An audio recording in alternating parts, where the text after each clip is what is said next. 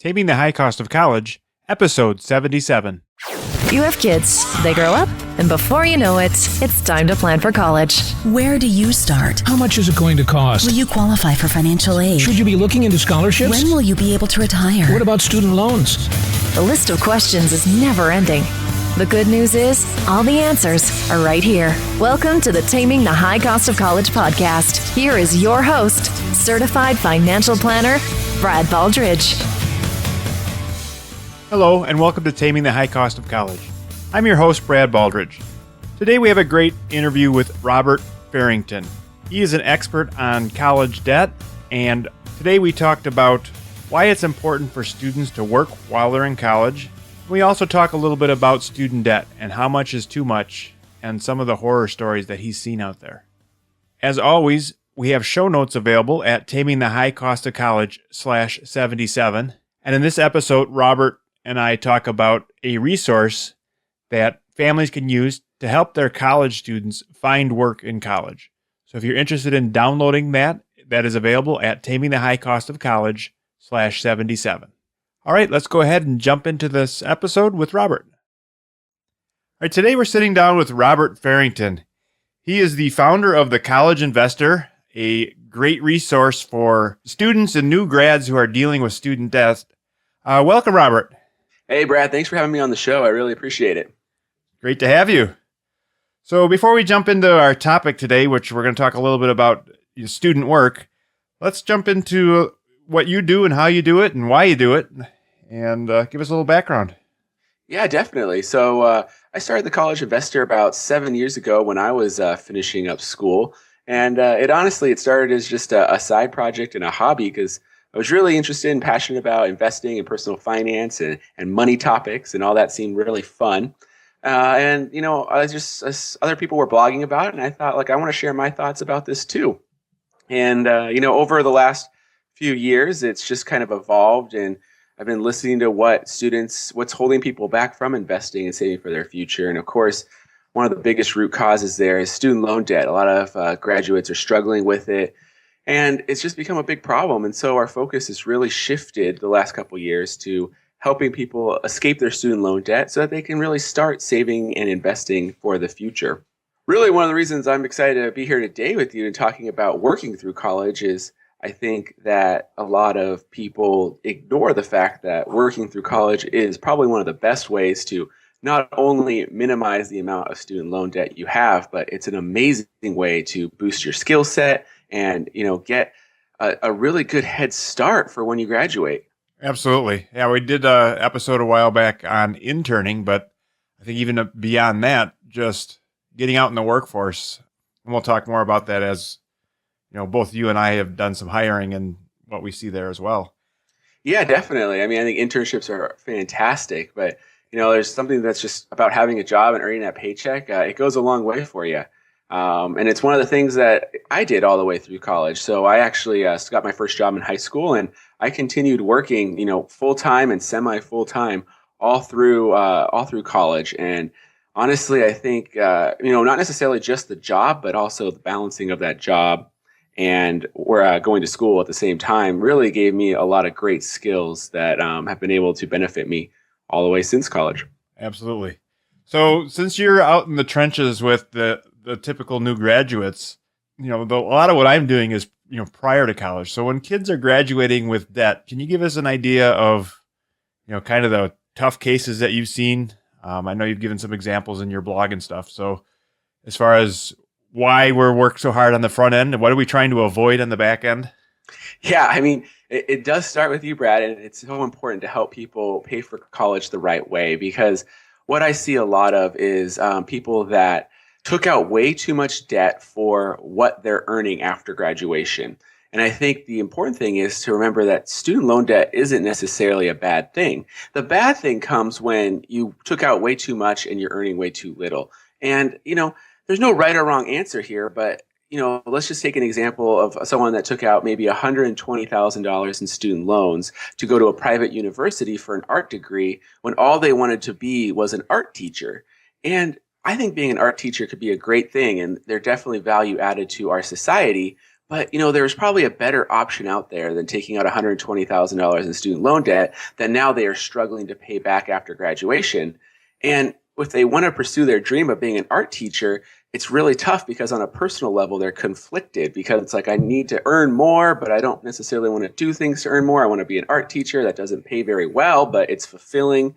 And so I think that's the struggle that people face. Is it's really important to have those conversations when you're starting to think about how to pay for college and how much is the right amount of student loan debt to get based on, the salaries that could be expected in that career field after graduation. Right. Absolutely. I think a lot of parents need to understand that they're also in the driver's seat when it comes to this. A typical student can't get themselves that far underwater without mom and dad's help. So mom and dad have to either co-sign a loan or borrow the money themselves or whatever it might be. And I guess this rule really applies to the undergrad situation.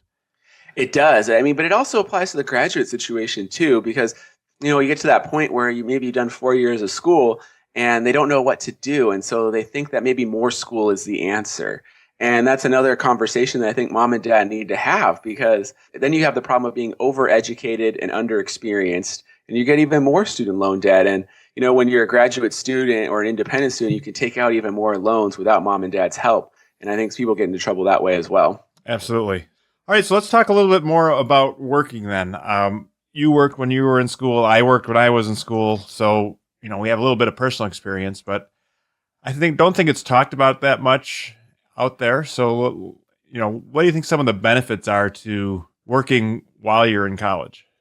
Yeah, definitely. It's not talked about, but I think it's such a good thing. And even if it's only a part-time or a night, maybe a couple nights and a weekend job, I think it really gives students a lot of valuable skills. So, beyond just the money, so it can help pay for expenses and it can help lower the cost of the total cost of borrowing and things like that.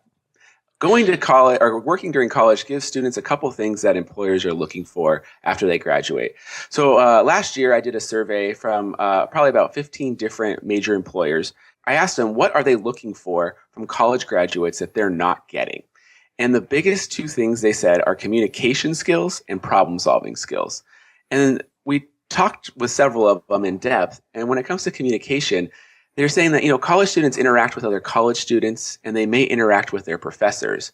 But a lot of college students are lacking business communication skills and maybe customer service communication skills. So by having a job, even if it's, at a retail store, it helps boost that skill set for students and it makes them more marketable after graduation. I think the same is true with problem-solving skills. A lot of employers were saying that, students that are graduating struggle with time management. They struggle with developing creative solutions to problems, and they, struggle with following through on action plans. Basically, when students go to college, if they don't know the solution, they can go to their professor and they get walked through the answer. And so when they're in the real world, they struggle with possibly finding and following through on action plans and developing solutions to problems that they would encounter on their own versus waiting for someone to maybe hand them the answer on the silver platter. So I think between those two, there's a lot that college students get, in an education standpoint from working during school. Absolutely. And I think they also would benefit from things like kind of having to think on their feet. If let's say you're the night manager for one of the fast food restaurants and someone comes in unhappy and you have to make that decision. You're not going to call your boss at 10 at night and say, well, this guy says I should give him free hamburgers. What do you think? I mean, So you just have to make the decision and then explain why you did it. And again, if students kind of learn how to do that well, most, business owners would say, well, at least you made a decision, that made sense at the time. And they'll generally support students like that and encourage more of that. Myself as an employer, I'm always looking for, workers that can take the initiative and instead of coming to me and saying, here's the problem, instead saying, here's the problem, here's the 3 solutions I'm considering, and I'm struggling with this a little bit. So what do you think we should do? Or this was the problem, this was the solution, the problem doesn't exist anymore, just so you're aware. Any of those things are better than all my problems are going to the boss. Exactly. And I think when students, are graduating and they're going to job fairs and they're going to potential employers, you know, it really looks good on a resume to say like, even I was like the shift supervisor at, the fast food restaurant at my college campus, because the employers will look at that and they'll see like, they probably had to, deal with other employees. They probably had to deal with customers. They probably have at least a level of business communication and problem solving skills that when they look at the next resume, they see like there's no experience there. And they're like, well, between the two candidates, they're both have the same degree. I'm probably going to look at more at the one that has some job experience and worked during school and has that skill set than the one that doesn't. Absolutely. And that would be something that you need to highlight as part of your resume, that you do have the experience, and not just the fact that you had a job, but spend some time highlighting, again, some of the skills that employers are desperate for. Highlight the fact that you were in charge and making decisions and leading the team and that kind of stuff. Exactly. It goes such a long way. And those are skills that you just can't get in the classroom. As much as, there's value in what's taught in the classroom, there's just business skills and real world skills that you just have to go out and try and figure it out and learn on the job. Absolutely. So now let's talk a little bit about when students could be working. Obviously, they could be working in the summertime, between, most college students take the summer off, so that's an opportunity, but also during school. And what are your thoughts on that? How much is too much? Should you work during class time? Yeah, and I think this is where the whole can of worms opens up, because working during summers is free game, but there's also opportunities, like you said, internships. Internships are working, and they're great opportunities during the summer. Some places do winter break internships as well. But I think for some students, working during school can make sense. It just really depends on what that student is doing and how that individual student is able to handle both work and school, and what kind of jobs they have. So there's so many different jobs that are available to college students that can balance that. We were both talking about fast food just a second ago, and I think that's a great job for college students, working in a bar or restaurant or a fast food joint, because it is nights and it's weekends. And so, students can focus on school during the week, and then at night and weekends, they can go and they can work in those places. I think retail jobs are also really easy for college students as well, because it's a very similar schedule. It's mostly nights, it's weekends. It's a very most large retail stores are very flexible with their employees. They, can balance that to really make sure that students can go to school at the same time as they work. Absolutely. And then there's also work study, which is a job on campus. If you show a need and you're awarded a work study job on campus, then that's another opportunity. But not all jobs on campus are work study. So that's another opportunity, is to work right on campus.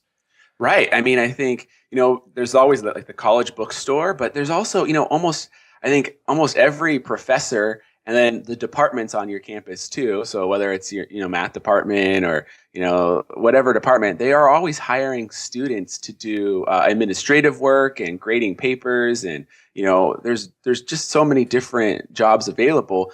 But one of the keys there is you have to ask. So most of the time, those jobs, they might be advertised, but typically students will come up and ask a professor or ask the assistant dean or, the college counselor in that area. And then they'll just kind of land a job by asking about it in those different departments on campus.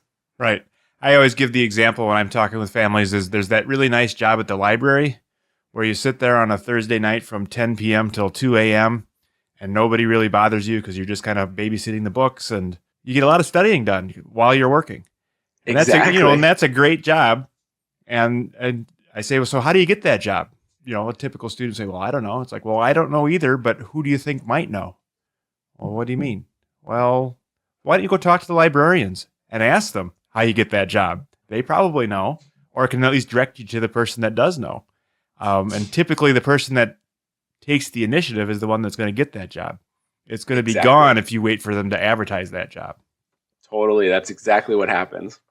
And just to circle back around, I guess another important thing to realize is, especially when you start moving into grad school, there's a lot more opportunities to work on campus and off once you have your first degree and you're going back for additional studies. So if your son or daughter is looking like they might, go straight through to a master's or PhD or something, again, depending on the area you're in, you may be able to do research or TA or TA fellowship, RA. So TA would be a teaching assistant, RA would be a research assistant, working in the student housing, teaching undergrad labs, discussions, all the different things that.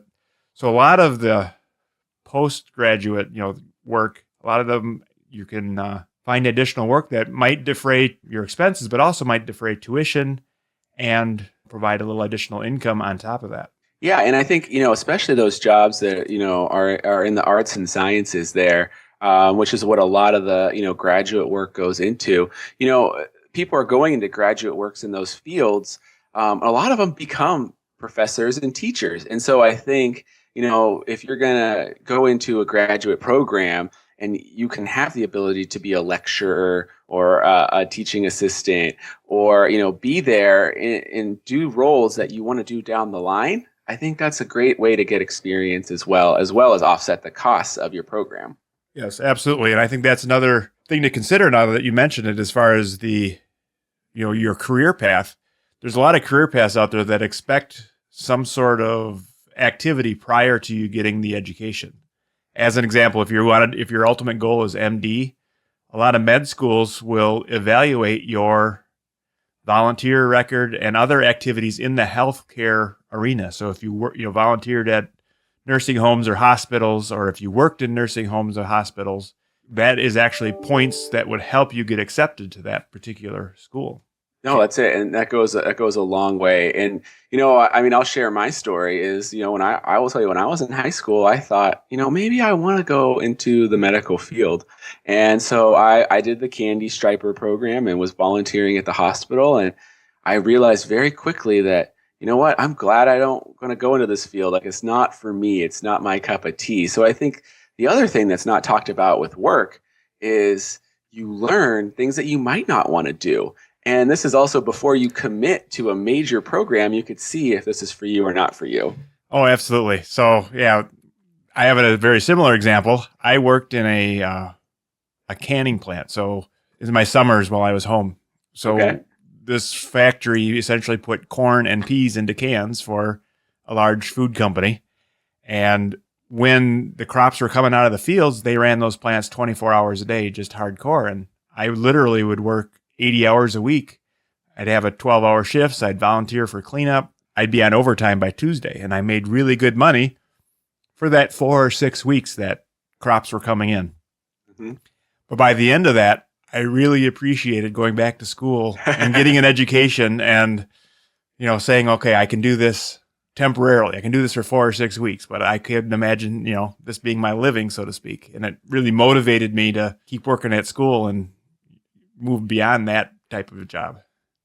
Exactly. And I think, that's where I think, like you said, that value of working really comes into play. And I think you can get that with internships too. Like, try internships in different fields in the summer, try jobs in different fields in the summer. Maybe one summer you work in retail, don't like retail. Okay, next summer I'm going to go try an office job. Next summer I'm going to go try this. Because even in a certain job type, whether it's business or whether it's, a science field or engineering, there's just so many other, sub jobs below that you've probably never even heard of, but you won't unless you go and try it out. So that's why I think it's so important for that students to get out there and work and, gain these skills, but also learn a little about themselves at the same time. Absolutely. So what if you're entrepreneurial and you say, well, I want to earn some money. I just don't want to work for somebody. What are some opportunities there? Yeah, I love it. So, there are so many options today to create your own business. And I love hearing stories about people that have created their own business in college. And there's people out there. Last year, I interviewed 2 students that are earning over $100,000 a year while being micro entrepreneurs on their college campus. And, you could start your own business with your skill set. Maybe you're into computers on school and you could start a website and you could, sell, whatever your service is online and do it in your free time. there's also the sharing economy that we have today. So, maybe you're a grad student, you have a car, you could drive for Uber or Lyft on the weekends, or you could be a Postmate and, deliver stuff for people. Or you could be, there's another program called Agent Anything that, basically people post tasks, and that one's designed just for college students. So you could be, going in, doing a task for an elderly person nearby a college campus and get paid to do that. The cool thing with micro entrepreneurship or even full-time entrepreneurship in college is that you get to set your own terms, and then you get to keep all that money as well. And that builds some real skills for later on after graduation. Right. And if you happen to have, skills in graphic design, or you're a good writer, I've seen a lot of students able to do things on the side for businesses that, me personally, I'm always looking for a good graphic designer that can manipulate images quickly and effectively, and are willing to work odd hours potentially. And again, I think that if you have those skills, photographers or all kinds of creative people, I think you have a great opportunity working and you can use things like Upwork, or which is the former Elance and Odesk. And if you haven't heard of those, they're essentially job boards, and they're national or international, I guess, where you can put work out there and people can find the work and they can go and do the work. And it's especially effective for work where you don't have to be on site to do it. So I need a software written, or I need a image modified, or I need a whatever it could be, that somebody could do it on their computer or in their office across the world even. But that's a great opportunity, I think, for college students. A matter of fact, there's somebody editing this very podcast every week for me. That's awesome. And he does it, whenever he has time to do it. I think sometimes he's doing it at, midnight when he's got some free time. He's editing this podcast. So there's a lot of great opportunities, I think, as well in that regard. No, there definitely is. And I do the same in my online business. And I look for, I use those job boards, and I've had people do the social media for me. I've had people do research projects for me and compiling, basically lists of different things and tracking things down. And it's a lot of online work. But, the one thing about today's, college students is they are masters of the internet, basically. And so it's great if you need some outsourcing. It's a great potential for both the client and also the college student to get real world experience and be their own entrepreneur and earn that money and do it on their own terms. Absolutely. I guess another recommendation, again, for the small business owners, if you walked into an owner and said, hey, I'll help you with some of this technical stuff, a local restaurant on how to use Facebook to generate additional customers coming in the door. If you can help with that type of thing, even if you just volunteered at the first stop, just to get some experience and prove you can do it. Because once you can prove you can do it, that restaurant owner will be happy to recommend you. And as long as you're not going to his direct competition, and then you could go down to the retail store and show them how to do Facebook local marketing, and that restaurant owner would be happy probably to say, hey, he did it work for me. He did a great job. It's effective. Then you could start charging for it if you can't get, if you're afraid to charge for your first gig, so to speak. Yeah, no, exactly. I think it's always crazy to me how many businesses still aren't online. And I think there's a lot of opportunities out there. And I think college students, it depends on what they want to do, of course, but I think, entrepreneurship and even, face-to-face entrepreneurship and, building something works great just as well as online business. Right. All right. Well, do you have any other thoughts as far as working is concerned? Because we can... I just think it's really important, as students go into college and parents have these discussions about, how you're going to pay for college and what you want to get out of college and kind of what the long-term goal is. I think, work should definitely be a part of that discussion. I think I interview a lot of college graduates, and there really is a disadvantage to graduates that did not work during school. So I know, it might be hard. It could be a challenge, but I think that's one of the challenges that should be part of that education experience for college students, that, there's a great, opportunity when it comes to money to offset the cost of education. But there are so many skills that people learn while working during college that will benefit them for their lifetime and really set them up for success after college. It should almost be like a required course, but we're not there yet. But I think working is really just that important that all families should be discussing it as something that, should be a part of the college experience. Absolutely. Just another example, I have had families that are really struggling in the college process where they get towards the end and they say, well, we have option A. It's a lower cost college, and, hypothetically, the net cost of this college is $20,000, let's say. And we have option B, which we all really like. We think it's a better choice, but the net price of that one is $40,000.